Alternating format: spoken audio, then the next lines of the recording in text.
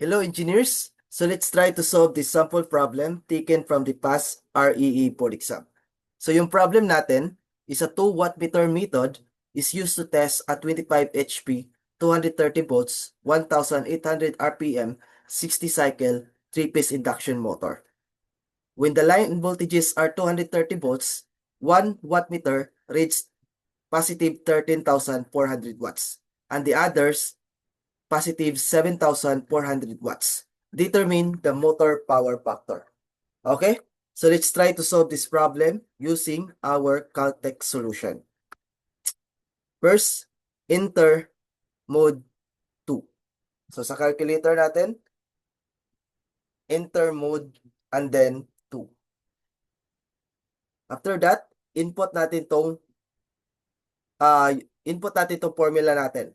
W1 angle 60 plus W2 angle negative 60.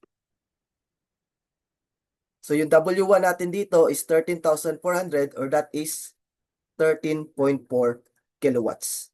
So angle 60. Plus W2 natin, that is 7.4 kilowatts. Angle negative 60. Then inter equal. So inter equal natin. So ito yung magiging result. We have 52 over 5 plus 3 square root of 3. Then after that, input natin to. Cosine argument of answer. Where yung argument natin is shift to 1. So cosine argument that is shift to 1 and then recall natin yung ating answer. Then equal. So we have a result of 0.894. So ito yung ating magiging motor power factor. Okay? So let's simulate the Caltech solution from the start.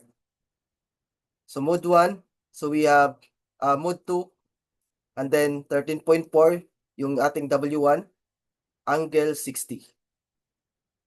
Tapos yung W2 natin is 7.4, angle negative 60. Then equal, then cosine, shift to 1, and then answer. Then, yung result natin is our power factor. Okay? Let's proceed with problem number 2. So yung problem number 2 natin is taken from past REE board exam pa rin. So a 2 watt meter used to measure the total power drawn by a 3-piece circuit and are connected properly. The first watt meter reads 4,800 watts while the other reads 400 watts after reversing its current coil. So solve the load power factor. So explain lang natin to saglit. So sabi sa problem, yung isang watt meter reads 4,800 watts. Tapos yung isa namang watt meter or the other watt meter reads 400 watts after reversing it. So kapag naka-encounter kayo ng word na reversing its current coil, yung reading natin dito is dapat negative. Okay? So let's solve this problem using our Caltech solution. So first, enter mode 2 and then input using this formula. So mode 2, then W1 natin is 4.8 kilowatts or 4,800 watts. Angle 60. And then since this yung isang reading is ni-reverse, so therefore instead na positive, gawin na natin siyang minus. So that is 0.4 kilowatts or that is 400 watts. Angle negative 60. Then equal.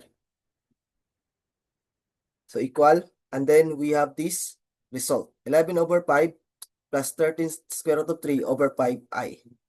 Then after that, input natin yung cosine argument of answer.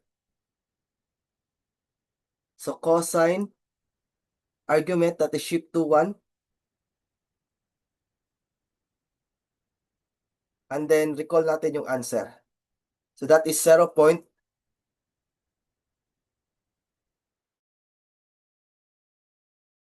That is 0.4 interequal that and then yung result natin is 0.439. So ito yung ating load power factor. Okay? Let's simulate the Caltech solution from the start. Enter mode 2. So we have first reading of the first wattmeter is the 4.8 kilowatts, angle 60. And then yung isa after reversing, so that will be negative 0.4, angle of negative 60.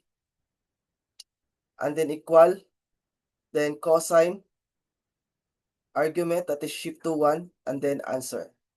So that is 0.439. So I hope may natutunan kayo sa video na to and maraming salamat sa panonood. See you next time.